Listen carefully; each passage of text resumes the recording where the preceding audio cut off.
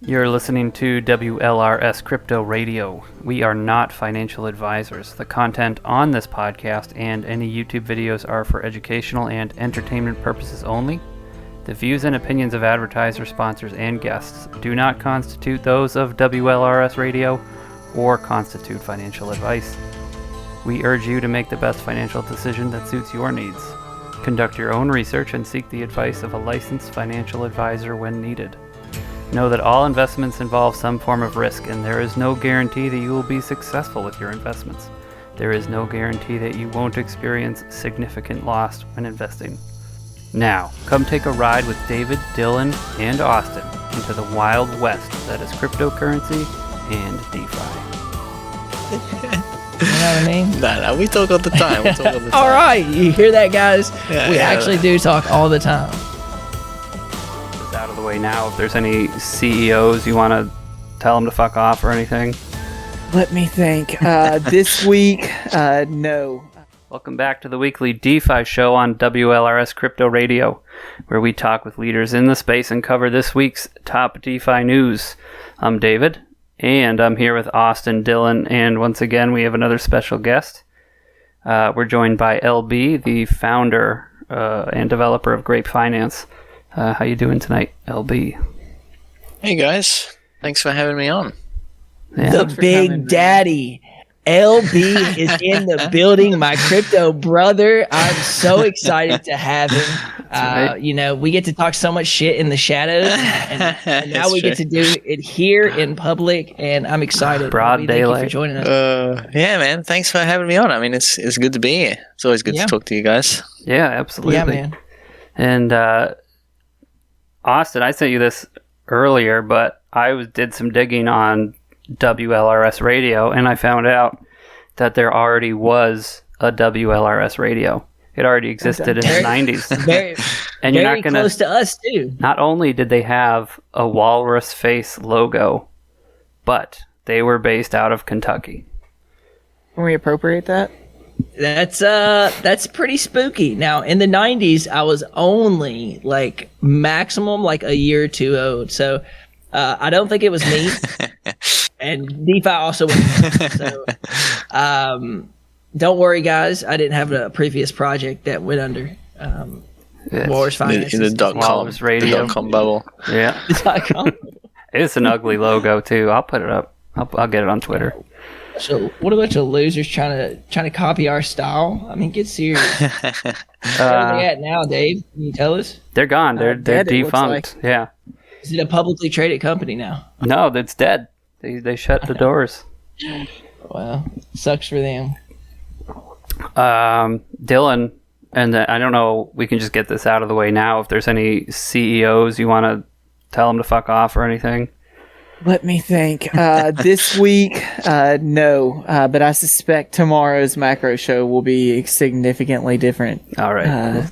Vibe, because tomorrow the CPI comes out, so I'm sure I'll be upset by tomorrow. Yeah, Give it's it gonna get ugly again. LB. So like last week we had Jason from Warfi on. Yeah. And he's south of the equator as well. And he had some weird hobbies, like they jump off piers to catch sharks. What? So and we got to thinking. South Africans can get crazy, man. Yeah, a little bit. Yeah, so I guess the main question is, what the fuck's going on over there, LB? What do y'all do? What do you do? For It's fun? like upside down world. It's upside down. It's flat earthers are going to be upset. Aussies are crazy.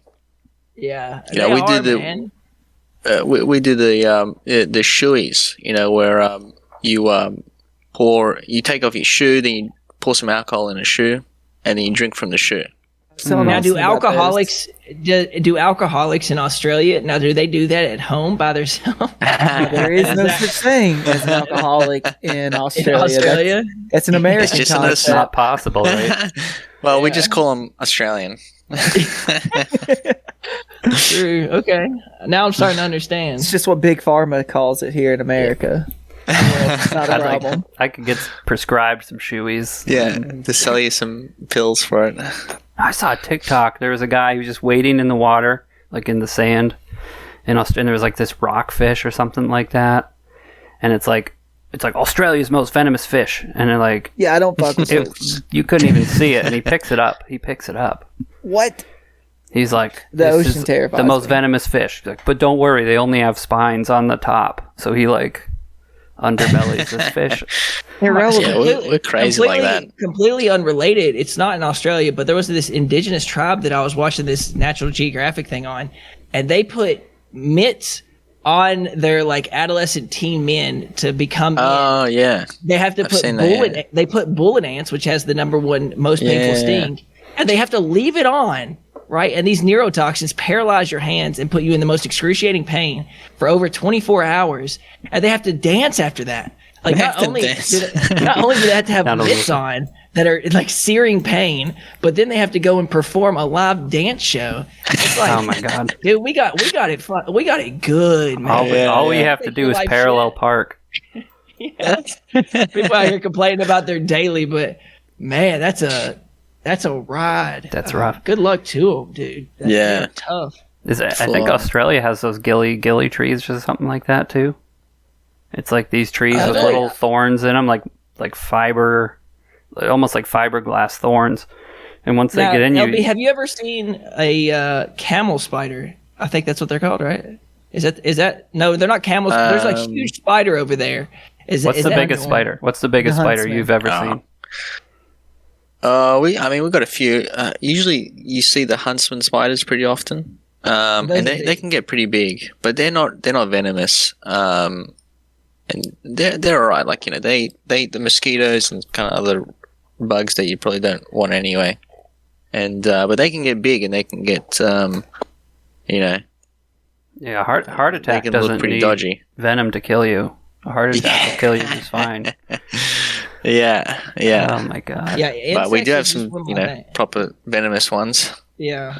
Austin You do. has petrifying arachnophobia. Well, let me tell you something, dude. If it was between me, a venomous spider, and my fiance, she's going first. Gotta run faster than your like- fiance.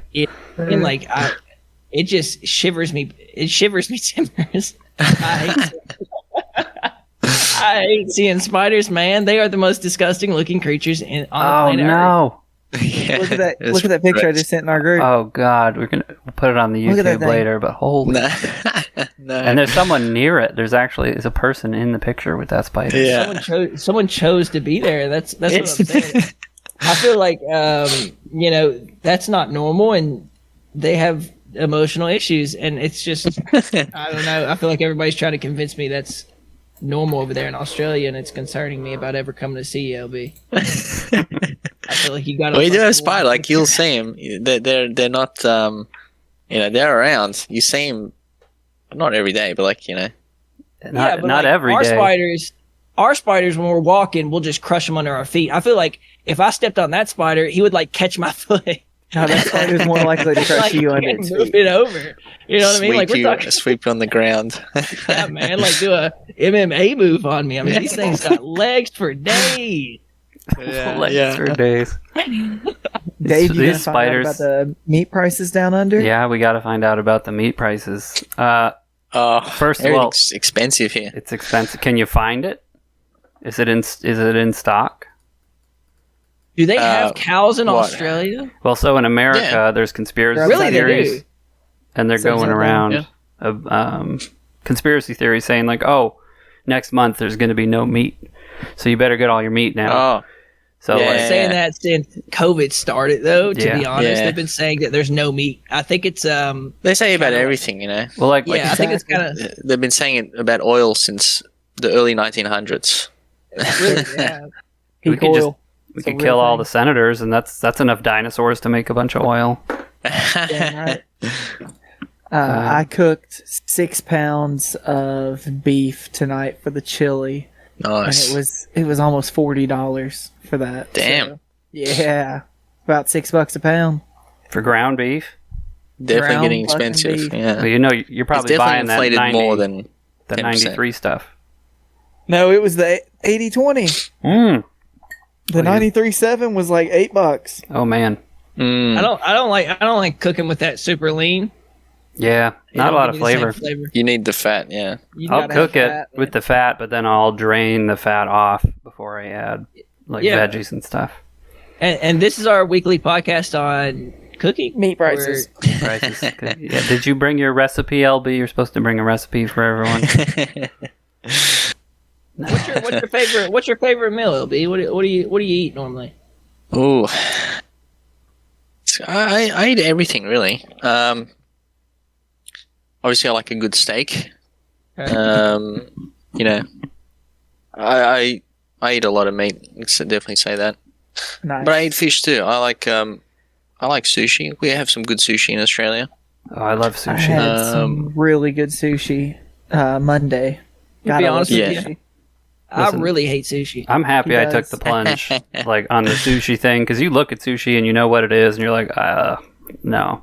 But then when you actually try it, bravery. No, I've tried it and I almost gag. It's just like that texture and knowing that it's raw fish. It's just like, to me, I don't fuck with it, and I'm sorry. I'm sorry for the sushi lovers, but I'm not a sushi lover, and nothing that anyone says is gonna ever change my mind. That's fair enough. yeah, well, to each their own, I guess. More for me. Yeah. We can jump into our first game, which is emotional versus technical, and I'm gonna give Dylan the project right now. It's going to be in the chat, and then while we do that, we'll check back in on the price for DAO Maker, which was the technical versus emotional from 2 weeks ago. And so how this game works is, I just gave Dylan a project right now. He's going to go research it for like 30 seconds and make a gut call on if it's going to do well or not, based purely on emotion. And I gave this project to Austin last week, so he has had time to research it. So while Dylan researches that, we'll check on right now. Oh, you're already ready? No, I'm reading. Reading. Can we get a soundbite for whenever we intro games where it's like games? Walrus, Walrus. There it is. Radio, it's right radio, there. radio. Just say it again. We start that. Games. Walrus. Radio. Sorry, I keep laughing. All right, then. Jesus Christ. We'll record it in post. Listen, guys, we're on a fucking budget. We got to create shit out. We're on an extreme ass budget. There's no We'll budget. fix that in post. Fix that in post. Put that in post. All right, so DAO Maker's at 132 right now. The original price was 144, so it is still down, but it's kind of clinging on to life here, given all the shit that's gone down in the last 2 weeks. Dylan, your time's up, so you just, I'm clicking off. let me see. The project. Oh, I should probably tell the people. The project is Tell the Genesis Finance. What do you think, Dylan? G5. Emotionally, looking at the chart, I don't like it. He sent the link to the website, which is a .net. Again, I don't like that. I don't like .net.com. It freaks me out. Makes me feel like a scam. Just we're been going off scammed pure his whole emotion life. here. Exactly. But then you open it up and it has some beautiful visuals, which I do like. So where they clearly lack in web domain funding, they made up for in art. Go Daddy. So I'm gonna give this a thumbs up because of the art. It is that pretty. Austin, it's right up your alley too. It's kind of got that cyberpunky kind of theme to it. Yeah, I fucking hate it. So Dope. No. the art or I'm the kidding. project? No. It actually is a good looking website. It's got some good graphics, but it's got all of those. What do you call these lines that make different circles? I don't know what you call that kind Those of art. are It's very charts. It's how you track a coin's price. okay. All right. Lines So, with circles. Let me see this. so like this one right here, I'll post it in the. Let me see if I can get it in here. Our little groupsie daisy. Are you talking about those little spire graph things? Yes, Firegraphs. That's probably what it is. That's really popular in crypto right now, right? And so like that's some pretty normal art. It's just like some 3D generated shit. I'm not saying they like lack effort or anything, but what this essentially is just what every other DeFi protocol is right now. So it's really down to the community. And it's been out since the beginning of October, and it's still accruing some market cap, which is currently at 69K. In my opinion, this is just going to fail. If I'm honest, it's on Binance, so they got a lot of competition.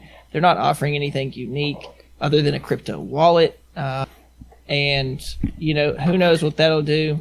But I highly doubt they get any market cap with 69K. I highly doubt people are going to be saying, let me use Genesis Finance wallet for security. I just don't see it being viable. I don't think they're going to last. Sorry, Genesis especially Finance. since Binance just locked like last week. I know it was only for like 12 hours, but what was that? I was supposed to have a meeting with the Binance team. Casually drop that. Casually having a meeting. I'm lame hillbilly and I've got meetings with Binance. Susie himself is calling me. I told him my name was LB. It's technically not false because if you just put an H in between, it's the same. I've seen that get confused a lot. I was gonna say that's caused quite a bit of kerfuffle before. Yeah. If me or LB ever ended up being a scammer, both of our credibility would go through It's right out the window. It's mutually assured destruction. Yeah, man. Me and LB get out the game. We got to do it together. Start playing in the head. So. Hell, I told everyone last week that you spent the entire Walrus treasury on first class tickets to Australia to go have lattes with LB. That's right. Me and LB will eventually meet up if I ever get a treasury again too. Because obviously I'm not going to use my own money. I would have to use my investors' money, as everybody knows I do. So let me just state this for the record. That is obviously a joke. Before someone clips it and tries to use it against me. Too late. It can be clipped pretty easily. It's your clip. but all right, so I'll put it in the fucking intro.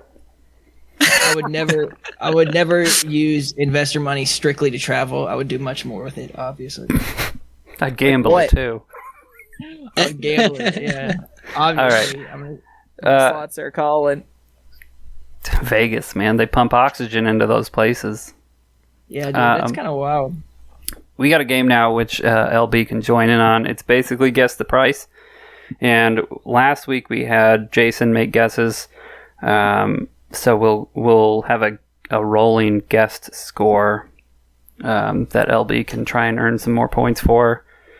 So basically all we need to do is I'll name a price for something, and you have to say if it's going to go up next week or be down next week. Pretty easy. So we'll cover. It's super easy. We'll cover last week's. We'll go over those first. So the first one was BTC, which last week was 20,290. It is down. The guest Jason said. Hold on, let me get my. Bitcoin being 20 grand last week feels like 2 months ago. I'm not gonna lie to you. The fact that it was at $20,000 last week is insane. Because we're sitting at 18,000 right now? 19,161. But it's been a sketchy day. Yeah, man. I'll be honest. Anybody that says they have any kind of indication of what's going to happen with this market is a straight up liar. They're a jabroni. Is doing crazy shit. Jabroni, cool word, man. Thanks, man. Were we? What are you tallying up our points right now, Dave? No, I'm trying to get ready to tally the points. Word. This is a lot of work. We're gonna have to get an intern. You all put me. Y'all set me up for failure last week. I'm gonna be honest with you. I was looking over. Are you kidding me? We set you up for success. All right, so everything's down. Bitcoin is down. So the guest did not get a point. The price right now is 19,161. So no points for the guest. Austin, you said down on that, or we said down for you. So you get a point for that. Dylan, you said up, so nothing for you. And I said up. And here Austin is saying it's rigged. I can't even rationalize why I thought it would go up. Dude wasn't even here, and he got the most points. Fuck. I think everything went down this week. I think everything went down. AVAX is down hard. Currently sitting at 1598. And then we'll go back through after and we'll make our predictions, but we'll just run through previous week's scores first, or I'm going to lose my mind. Guest said up. Nope. LB, you're going to... Austin said up. That's a no. Dylan said up. That's a no. And I said down, which is a yes. Fucking unfair, dude. Dave's looking at astrology signs and shit or something. I can't do astrology stuff. My wife does tarot, and so I... Does she really? Yep. We should all be much more successful traders then. And how do you feel about her doing tarot? I'm fine with it, man. She's pretty good at it. Like, she pulls cards that make sense. But I feel like none of that witchcraft in my house. For me, like, tarot cards are kind of like, and any kind of psychic, I feel like it's inference and like looking at an overview of what happens to most humans. Like, oh, I sense that you're going to go through struggle in the upcoming weeks. Like, yeah, I mean, there's probably there's always when there's money to be made. I think there's always an opportunity to sprinkle some bullshit. Yeah, but she just does it for fun, so she doesn't take anyone's money or anything like that. Maybe she should. I was going to say, she should. BNB was at 294. We were feeling pretty good about BNB, but then the hack happened like the day after we recorded. I was not feeling good about BNB. I vividly recall that. Yeah, you said down. So you got a point for that. I read it in my tarot cards. That's what I'm thinking, is we actually get your wife to come in and guess the market based on tarot card pools. Now that would be interesting. Yeah.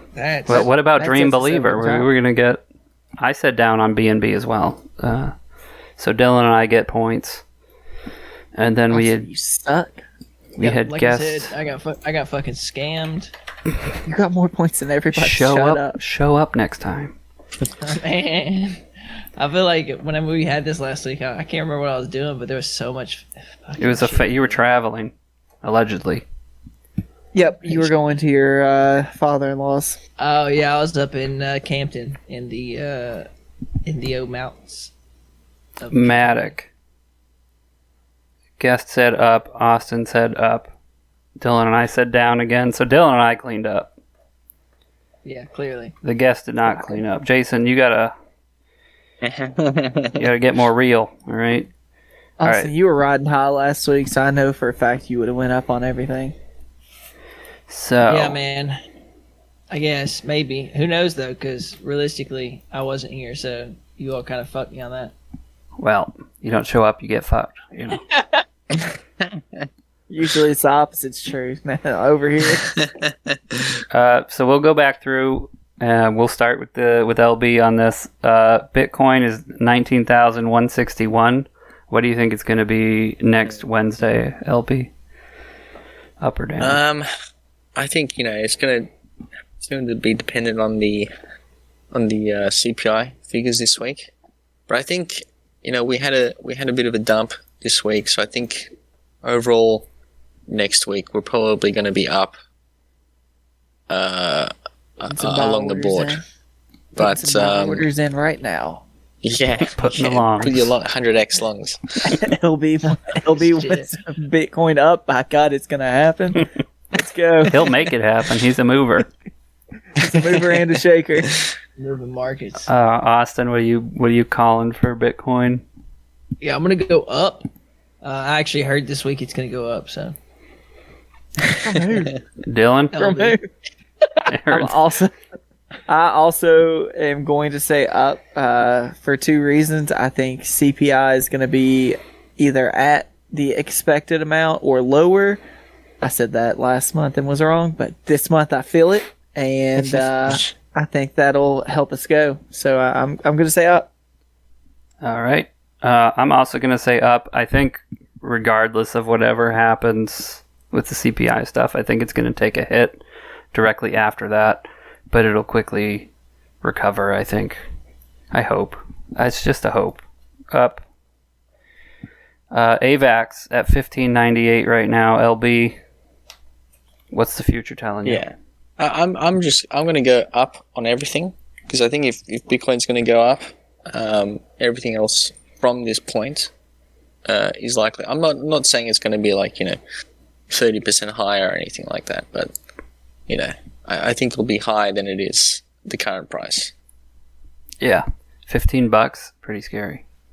It's pretty low. Yeah. It's like 15.98, but you still see that 15 in there. Oof. Yeah. It's unsettling. Austin, I'm going down. I think 13 will be the lowest, and maybe we finally bottom out. So Who are going you? down. who hurt you? Obviously, I love the tech, but it's not about the tech right now. It's about the market. It's about JPOW. Yeah. Got a bone to pick with him tomorrow, I bet. Yeah, fuck him. The CEO of the U.S. Treasury. Okay. I know he listens. Dylan, what are you putting? I'm gonna say up 15.98. If it goes lower, obviously that's a big buy for me. So I'm gonna say up. I think it bounces off this pretty quickly. Yeah, it hasn't been down this low recently. No, not in months. Yeah, I'm going down. I'll be laughing to the bank next week. Count on it. Take those points, book them. BNB 271.50. LB, you said you were going up. Yeah. Up around the board. He's all in, man. I mean, All in, yeah. the guests keep going all in on up, maybe because they got the protocols to run. We need it. He'll do anything. He'll sacrifice chickens. Like,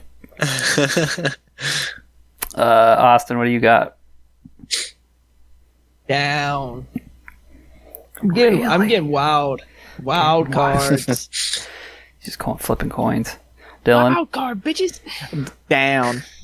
Damn. I'm going up. Right? I think that the hack, it took a bite out of the price, and I think that'll recover a little bit. I think it'll normalize. We actually know what resulted from that. I didn't hear. I don't have the guy's Anybody? wallet address anymore, so I can't go I think check. it's still frozen. I don't think they've gotten the money back, though. I don't know. We'll have to look into that. It's fucked. Oh, and the new coin we're betting on, you might want to change your tone for this one, LB. Is Phantom, currently sitting at 20.7 cents, 0.207. Phantom. It's pretty low. It always goes. I think if lower. the market's gonna like rise a little bit, it'll come up again with it. Not probably less than every other coin, but it'll come up. It'll come up. Now, LB, are you bullish on Phantom? I like Phantom. I think the tech is good. I think the chain is fast and cheap. I just think that they're right now the ecosystem of Phantom is not good. I think you have not many apps there, not many people wanting to build there. Not much going on there, which isn't a good sign. I would like it to turn around. I think it's underappreciated. It was super hyped early this year. It was really it was the Tomb Fork chain, Right. Before Tomb, I started hearing about it from Time Wonderland when he started getting involved with it. And that's really when I first started hearing about big capital moving over there. And then, I don't much like it comparatively to AVAX. They don't have very many validators. And I think that's a major concern. Like every single time there was any kind of rip or dip, like the whole chain was like, nah, man, I'm just going to shut off real quick, Oh, yeah. Well, or if or if that one whale's about to get liquidated and they had to get a bunch of emergency loans. Roche or whatever. Yeah, Roosh, yeah. I remember that. I was at the aquarium with my kid when that was happening, and I had no cell service. And I was just like, Oh, no. I was trying to just move some shit out of there just in case, They got blocked up. Oh, yeah, you couldn't get a single damn transaction to go through. I don't even think it was my internet, but it didn't help. Yeah, it was rough. I think they made an update not recently, but like a few months ago, that made it a little bit more efficient. But we haven't had like another, mass craze to kind of test out that update, see if it would help in that regard. So I don't know. I think the tech is good, but maybe the branding is off in terms of like attracting new capital and new developers and whatnot. Because you can have a chain. The chain's like the best chain in the world. It's so fast and all this sort of stuff. But if no one's building on the chain, then it's kind of it's Algorand not living up to its potential. Yeah, pretty much. Yeah. Everyone's like, I love Algorand. It's like, and I saw a video like nobody's building on it. Yeah, that's the problem. Yeah. I'm happy you pivoted to this because I was supposed to put this in the show notes in the DeFi news, but the CEO of Phantom was talking about how many, chains and stuff are going to survive the winter, and he said a bunch will survive, but not 20 or 30. And this is from the CEO of Phantom, and they're ranked 60th right now as far as volume and stuff. In total TVL on the chain? Yeah, I think it was. Referring to? Yeah. So in other words, so he was essentially like saying he needs to like 3x like his protocol or his blockchain. Yeah, I think he's kind of referring to that, out of the top chains, only 20 or 30 of them will survive. He said not 20 or 30. It won't even be 20 or 30. Hold on. All these CEOs be talking cryptic and shit, man. They don't even know. They all be talking. They just look at Excel sheets all day. They don't even... Yeah, man. That's what me and LB do all day. We just look at Excel sheets and do math. You got some pivot tables. Yeah. I got a board up here with like string attached so I can, figure out what I'm doing and string my thoughts together. But, that's pretty much what I do all day, if you're wondering what me and LB do. And then sometimes I call LB and we talk shit about people. And then if you put a gun to my head and said, make a pivot table right now, I'd just tell you to pull. Oh, shit. Damn, that's a nice sound. Ding. Gong. I'm going to use that's my lamp. I'm going to use it next time Dylan runs out of time on the emotional thing. There you go. I'm just going to have a little sound studio rolling. Low budget, told you. Anyway, Phantom, 20 cents, 0.7. LB, you thinking up? I think up. It's pretty low. It's like 20 cents. It had a bit of a dump from like its 21, 22 just very recently. So I think if the market moves up, it'll move up, but probably not as much as the rest of the market. So I'm going to go up. All right. I'm going down. I'm going down on Phantom. You're going up, Austin? Y'all stop talking at the same time. Could you start writing, Dave. What are you doing? Could you be a little more professional? Dylan, what are you doing?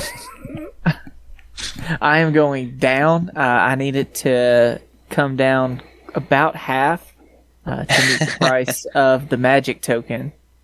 That would be nice. Pull all the liquidity from Magic. Well, Magic, yes. I think they decoupled from Phantom. They did. They will be decoupling from Phantom. They're working on it. It's not going to be like, essentially it's not going to be a Cineworks model. Obviously I talked to Owen a lot, and I'm sure he'll be a little bit as well. Don't spill all the beans. We got Owen next week. That dude is so crazy with tokenomics. I don't know if you can agree with that, LB, but yeah, definitely. The man is like crazed in tokenomics. It's just like wild to listen to him. Sometimes I have to stop and be like, listen, man, like, I know that you get this. No one else gets this. I have no college degree, and I'm from fucking Kentucky. Please, God, help me. We're barely mathing over here. Like, it's not our strong suit. Just because I'm a genuine person and I can run a protocol well because people trust me, doesn't make me smart, you know? You're really helping yourself out. You're willing to debate all those. Yeah. I'll go down. All right. We could jump into the meat and potatoes here. LB, you're obviously from Grape Finance, so I guess you can start off by giving people an introduction to Grape Finance. Yeah, well, I guess obviously if you know Walrus, then similar idea is Grape. At least where we started. The seniorage model, the tomb fork, to say. We're pegged to MIM on AVAX, but we started in January. It's been a long road. It's actually been so mid-January. I think it's probably been about 10 months now, which people are getting excited about the end of wine emissions or ANSI, I guess. Yeah, it's actually coming up. Well, I guess in January is when it ends, obviously. Yeah. But it goes quick. That's not too. Yeah, it goes quick. That's right. I mean, it's not too far away. So, there's a couple of things that we're putting in place now, and we'll put in place closer to kind of, still have liquidity without having to pay for it through the inflation. In other words, right, through those wine rewards. Yeah, because I mean that's the tomb forks. They give you very high inflation, but they obviously only last for like 1 year, sometimes even less. Right. Looking at you, Snow Fox. And yeah, exactly. Like 1 month emissions. Fuck it. Super degen. But that's how you get the high returns. Like you get the high yields. 100% minimum APR, like as a minimum. Yeah. Even if the share price is like really low, you're still getting stupid yields. And that's why people like Tim Fox, I guess, because it's pretty degen, but it's also I think it feels safe, even though it's not. Yeah. It's I guess maybe a benefit of it is that the liquidity isn't locked, so to say, or like your investment isn't locked. In other words, like other sort of degen stuff. And you also have a whole. What I like about these tomb forks and seniorage stuff is your whole community is providing liquidity. It's not just like one. The protocol owning all of it. Not just a protocol. Mm-hmm. There are drawbacks to that, I guess, from the protocol standpoint. Like we don't have control to like move the liquidity around to like a new DEX or something like that. Right. For example, like if Trader Joe won't whitelist your tokens, it's really hard to move it to a DEX that would. Just hypothetically. Yeah. Yeah. Trader Joe, give my man LB some credit. Will you whitelist the fucking? They're not a fan of MIM. I bet they've said that they would give us a farm, like a farm on their side, which is pretty cool. But they wouldn't do it for MIM. It would have to be a different stablecoin or actually an AVAX pair. That's because the co-founder of Trader Joe and Danny from Time Wonderland, aka the people that made Abra, had a big fucking blowout on Twitter about. I think Danny accused them of doing some shit. Oh yeah, I remember that. Trader Joe was like, "Hey, listen, dude, let's throw shit at each other and see what happens in a professional setting via Twitter." I still love. Fucking wild. That's classic. I love that Twitter is the professional setting of fucking DeFi. Dude, when I saw that, I was like, "Yikes, dude! Maybe that could have happened behind closed doors." Yeah. They have to be able to talk with a messenger, like Discord. I know they're both on Discord, so why could that have not happened elsewhere? Now, LB, I got a question for you. And obviously, we run very similar protocols, and people have said a lot about us, and obviously, we love each other. Who do you think our biggest competition is? Because I don't see it as us, because we're building I think are great protocols that are going to work together, being Vinium and being together Glacier. but separate. And I love that. So our biggest competition. Now, have you ever heard of Lime? Lime Finance. Now, how do you feel about them? Because I feel like they went a little bit for the fruit, and not the labor. they went for all fruit, no labor. Now, do you see them as viable competition to Grape? Well, didn't they? I mean, I haven't really been keeping on top of other industry. I haven't been keeping on top of the degen industry, to be honest. But at the same time, what I heard was that they were going to do a pre-sale, and then they just like 2 hours later said that they're not doing the pre-sale. Yeah, so yeah. I don't know they botched their contracts. I think they had potential, but of course, with all things, there's just sometimes there's that moment. So I think that when they relaunch, Grape better watch out. They are going to relaunch, yeah. Oh, I don't know. I doubt that. I don't know. Is that the one, Austin? Is that the one that came to me and asked for some help? And I was like, sure, I'll help you out any way I can. And they told me it was an AVAX tomb fort pegged 1-to-1 with USDCE. I said, I think I've heard that before. Yeah, I'm not going to help you guys. I'm sorry. No thanks. I'm just joking. Obviously, I know the person that runs that, and all love to him. I'm just fucking around. Obviously, good luck to you. I thought it was just funny that Lime Finance was launching on Avalanche pegged to a stable coin, and in this market, I think LB was nervous about me launching in the market that I launched in, which was in better conditions than the current market. Yeah. I could not even imagine launching a protocol in this current market. You better learn. We got Glacier coming up. Yeah. Well, I'm talking about a tomb fort. They like degen stuff. Yeah. Yeah, degen stuff. It's interesting, right? Because I know we've talked in AMAs, in some of the Grape AMAs, about being pegged to the stable coin when Bitcoin was toying with 50K was a good thing for us, right? Because as it came down, which it most certainly did, we were sort of sheltered from that. But now you're on the flip side. You kind of want to peg to, if you were going to make a tomb fork today, you'd almost want to peg to a layer 1 like your AVAX, so you can ride that back up. Right. But also, definitely help. It's a double-edged sword. I would launch a third peg token. I would probably do it to 1-to-1 with Bitcoin, but I think that's being done on our chain, and so I probably don't want to copy anybody else by doing that. So I probably it's not going well for that chain. They're down to 0.28, and they launched last week, I think. We get to be a little bit more vicious because I get to talk about shit that I wouldn't normally talk about. I get to vent out some of my frustrations, but good luck to those people. But yeah, I agree with you. If I was going to launch another peg token, it would be with an asset that definitely looks like it would appreciate, or that we're nearing the bottom of, and I think most L1s would be doing similar situations to that. Yep. Absolutely.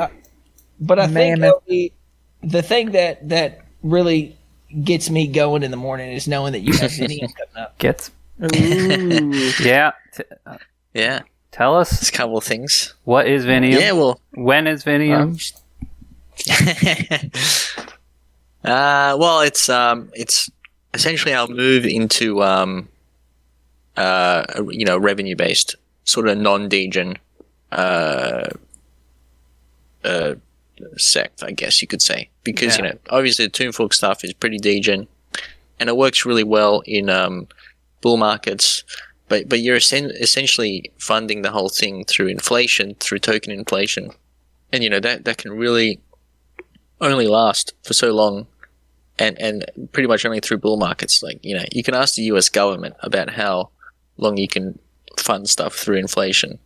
And eventually it hits a point where you need to kind of like have a service that you provide that generates some revenue that isn't relying on just random token inflation.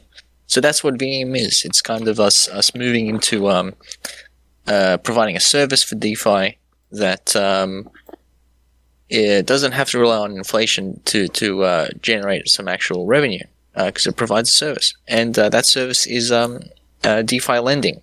So initially it's going to be like an Aave style. Well, the first release is going to be an Aave style lending system. So over collateralized loans, peer to pool lending.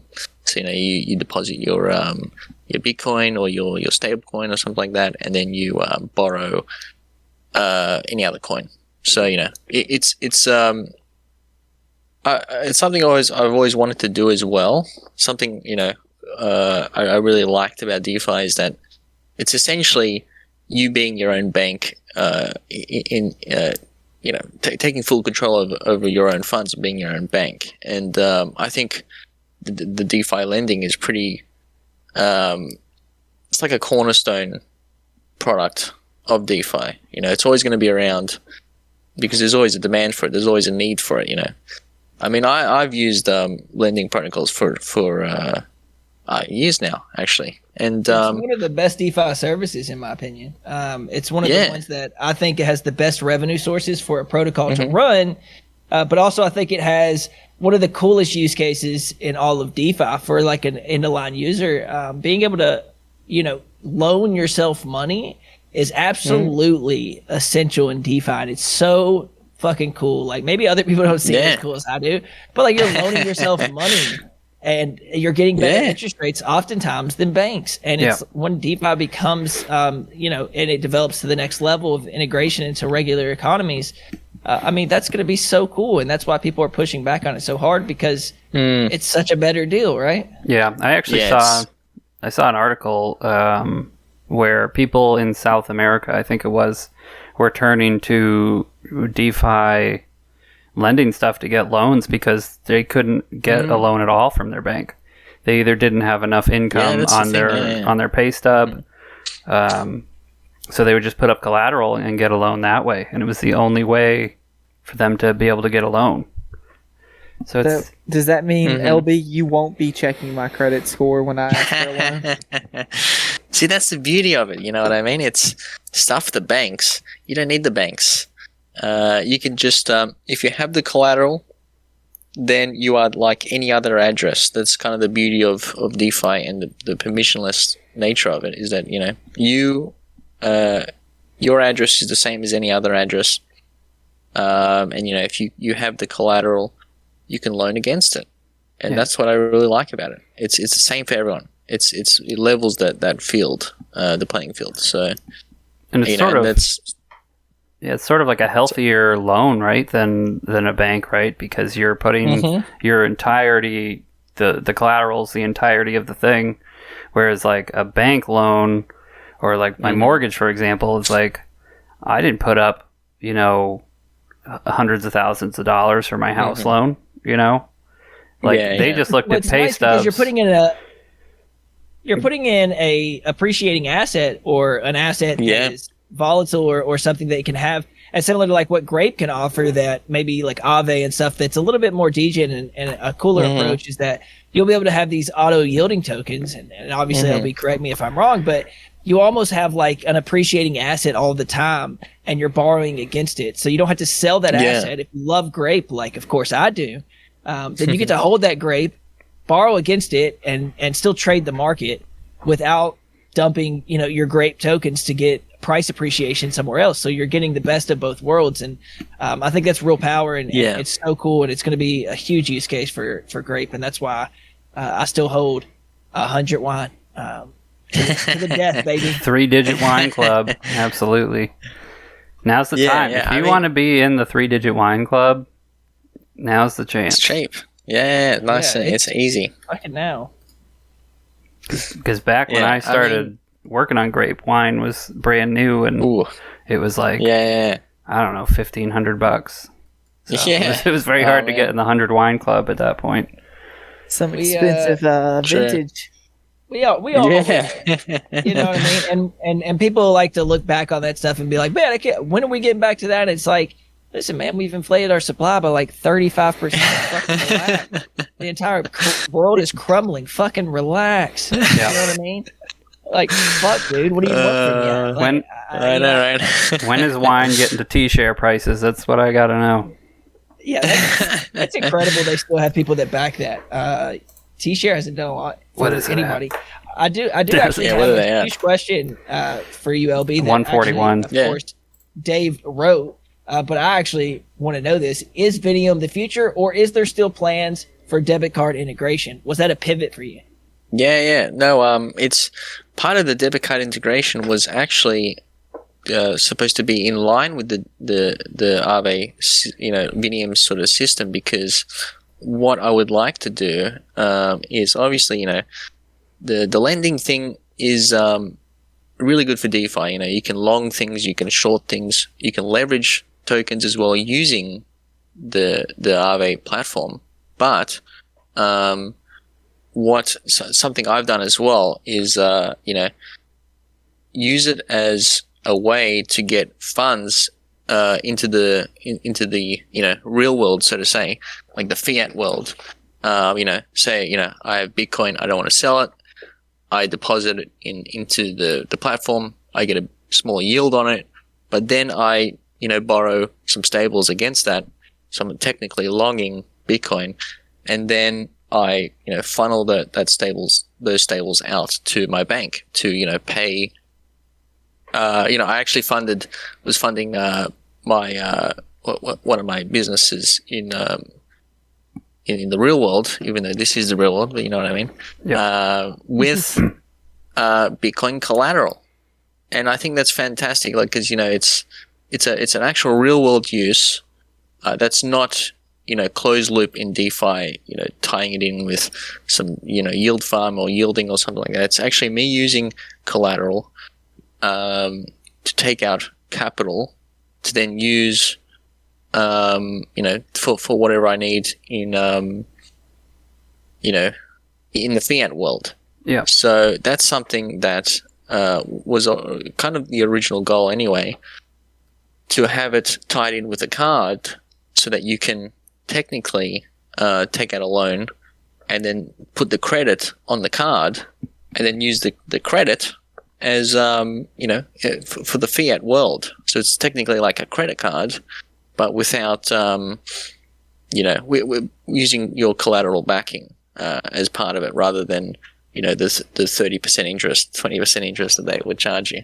Yeah, right now I think. So yeah, I think card interest right now is 28%. If you're if you're a hobo, I guess my question is, like me, are you for or against regulations in crypto, OB? Are you for the inevitable regulations that will come down eventually, cross governments across the world coming together and saying this is what it is? Because I had an original opinion when I first started, but I have a much different opinion now, and I wonder if you as well share the same opinion. Yeah, well, I think it's a tough question, because I think crypto and DeFi, one of the appeals originally was that it's a real true free market. It's a true free market that is not beholden to a regulation that isn't designed for it in the first place. Yeah. And it's essentially you having control of your own money. And I think from something that's kind of hit home in the 2008-2009 crisis was that putting money in the bank is not my money, and having government money is not my money either. It's it's under the whim of the government, and then having Bitcoin be around there at that time, post 2010 2011, it was really sort of an eye-opening moment to be like, wow, this is I can send value anywhere in the world at any time without permission from anyone or any government or any entity to do so. And I think that's real. And plus I have full control over these funds. I own the private key. Therefore only I can move these funds. And I think that's really powerful, giving power back to the people, essentially. And that's sort of something that really drew me into the space in the original, back in sort of 2012, with Bitcoin, is that it was just, something that I think is really needed, because, what else do you have that's kind of like that, in the world? Maybe gold, I guess, but only physical gold. Yeah. Yeah. It's where these, I agree with your sentiment, and I do think of a world and know that there's so much power in allowing, us as just humans being able to transact without any middleman or someone saying this is wrong or this is wrong. It allows us to make that judgment and that freedom, and that's empowering, and it's awesome. And I love that part about DeFi. But as it grows, for me as a project owner, it's concerning because right now we're in this gray area of there was no regulations and no talks of it. It was the Wild West. And now as we go on, there's more regulations, but still tons of gray areas. And it's like, is what we're doing now going to be illegal in the future? And if so, are we going to be, it's so much, in my opinion, it's like a stressor. And so that's my main concern is just get it over with and regulate what you think you can regulate, because well, they think they can regulate everything, which is the issue. That's kind of the government obviously wants to have their hands in everything. I think we can see it often throughout time is that governments aren't great at making laws that actually make sense a lot of the time. They make laws with people. Most people in government are not. Sure, they generally consult experts, but a lot of the time they just sort of do things for votes. You know what I mean? Yeah, right.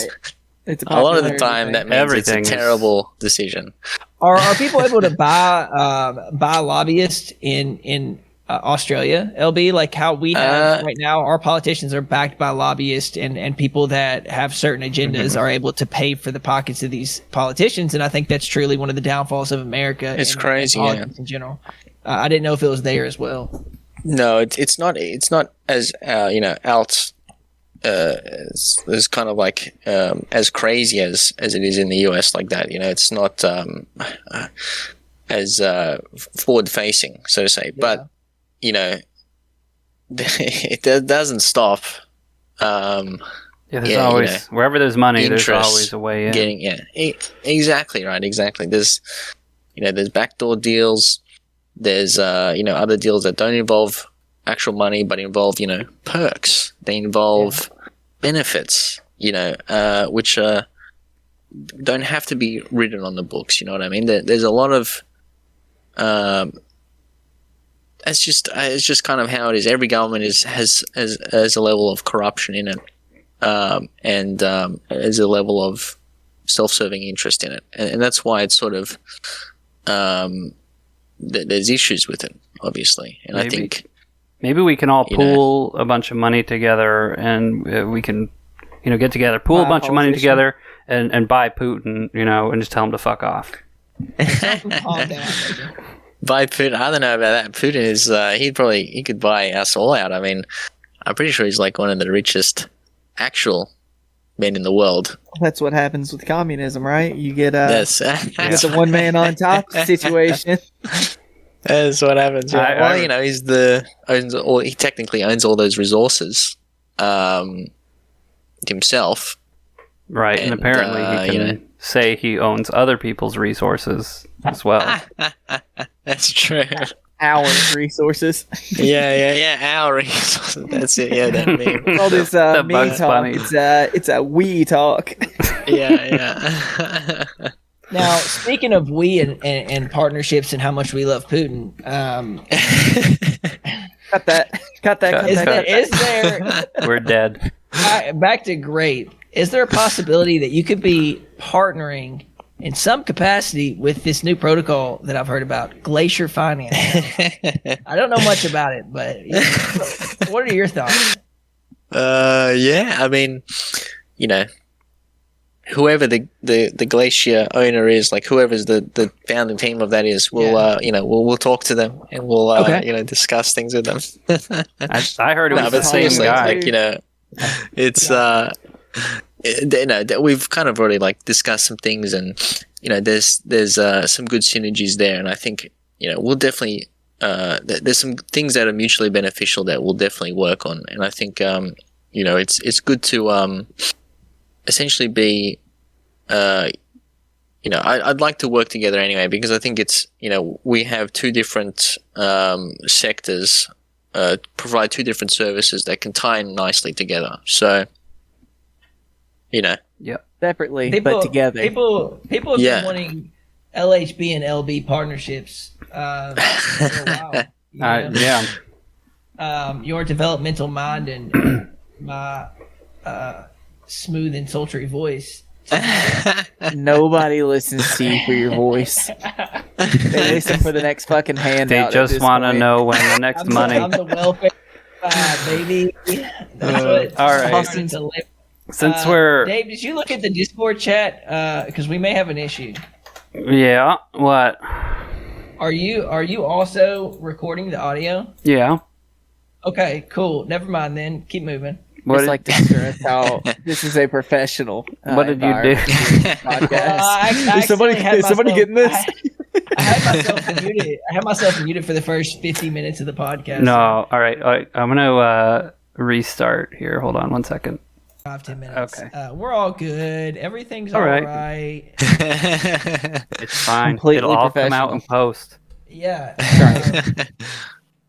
So where we speaking at of- on the next one? The future, I think here, since you're talking, future partnerships with GlacierFi and stuff like that. I know that the 2023 roadmap hasn't been sort of released yet, and like everybody knows that's not, or maybe people don't know, but that's not the end of the line. So, is there anything that you sort of have in your back pocket for 2023, or are we just focusing on Vinium and stuff right now? Yeah. Well, I mean, technically, Vinium, will continue. It's not a small project. In other words, it's not something that's going to be done in 2 Sort weeks. of like an Why? offshoot. Yeah. Why not? Why not? Release the fucking Vinium, bro. Can't you Yeah, fucking I mean, fork it will it? come out. No, it'll definitely come out. I'm just saying, the entire idea of it, and exactly what I want to do with it is actually quite, it's quite a suite of services. In other words, it's not just like an RV platform. So we're going to go multi-chain on it. We're going to go build up leverage yield farming as well onto that. And NFT lending is something I want to do as well. I think that'll be a big thing for the next bull market. So what is NFT lending, right? Because this. NFTs are mostly illiquid, right? It's not like a liquidity pool that you can sell your NFT into. So why don't you introduce what NFT lending even is? Yeah, well, I mean, there's a few ways to do it, obviously. And we're looking to do it. Essentially, we're in the research phase of the NFT lending right now, but I think there's a few ways to do it, and one of the ways we're going to do it anyway, we're probably going to offer 2 different ways so that we can cover, sort of blue chip projects, but then also more, one-of-ones even, you know what I mean? So there's obviously the peer-to-peer way to do it, where someone, has an NFT, and then they post the NFT as, on a marketplace as an offer for lending. So they say like, I have an NFT, I want this amount of funds from it. I'll pay you this much interest for over this amount of time. This fixed maturity for that. And then someone else would come in and say, all right, well, I'm I have some ETH or something like that, or AVAX, and I want to make 10-20% interest. So I'll lend you that, and I'll accept your offer, essentially. So in other words, the simple way to do it is the peer-to-peer marketplace like that, where you can essentially then have any NFT be used as collateral, because it's an open market like that. Then obviously the issue with that is that it's kind of inefficient, it's kind of slow, and it's That's I mean, I guess the main issue is it's not efficient, but the benefit that you get from it is that you can kind of do any NFT really, and you don't have to build infrastructure around liquidations or having oracles for floor prices, things like that. You can also have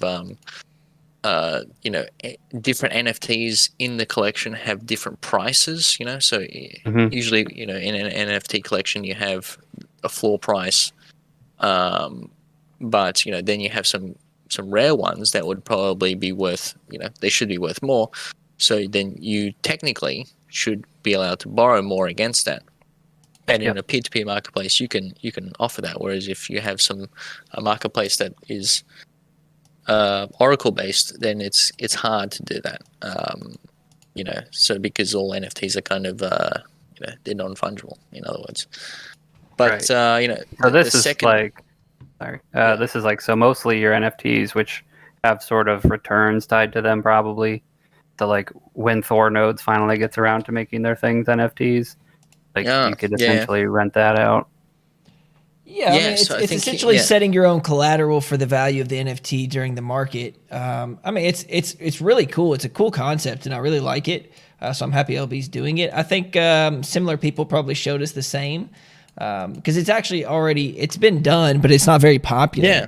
And it's a really cool feature, and I'm excited to see what happens, because I think actually, like with a utility NFT like Walrus Anglers Club that really thrives on, its utility of mining as a service and allowing users to have this intrinsic value in it. Not only will you be able to recoup those rewards from the miner, but you can also build out collateral against it, and then use it for whatever you want. So you can still have a liquid token amount, even though you have an NFT sitting there earning. And so that's really, really cool. So I'm interested to see what happens with it. Yeah, I think this last bull run, because the bull run before 2017, NFTs weren't really a big thing. I mean, you had like CryptoKitties come out, and that was pretty big, but the NFTs weren't really a big thing. And then this bull run, NFTs really became kind of a big thing. But more of art NFTs, more art based. And I think what's going to happen in the next bull run is there's going to be more financial NFTs, more financial based, yield based NFTs. Things that are kind of like almost one-of-one positions, like collateralized positions. Because you have a lot of lending protocols that are making essentially like a package for each person. So each person's I guess own sort of loops that they do. I have this collateral, then I borrow this token, and then I farm it on this platform, and I loop that around, and I borrow collateral against that, and then I short this token, all in like the one actual account, and then that account is an NFT, and then you can then take that NFT, and it's a financial NFT that's yield based, and you can borrow against that as well. And I think that's where I actually want to come in and offer lending against financial-based NFTs, because I think that's going to be a big thing in the next in the next bull market. 100%, it is. There's already growth in that sector for sure. Yeah. When we had that huge PFP art, NFT bull run, there's still so many people, who are not in crypto at all. They don't, they just see, this Bored Ape is worth $1 million, but it's just just a JPEG, right? So these sort of yield based NFTs are huge for helping people understand that there's so much more to NFTs than right clicking and saving. Great art is one thing, but the actual utility behind what an NFT can provide on the blockchain is absolutely awesome. And I'm happy there's proper growth in it. Look at these Walrus Radio NFTs. VIP NFTs. They're ugly as hell. I expect 1,000 AVAX floor price, and I'll be damned if we accept anything less. We'll find your wallet address.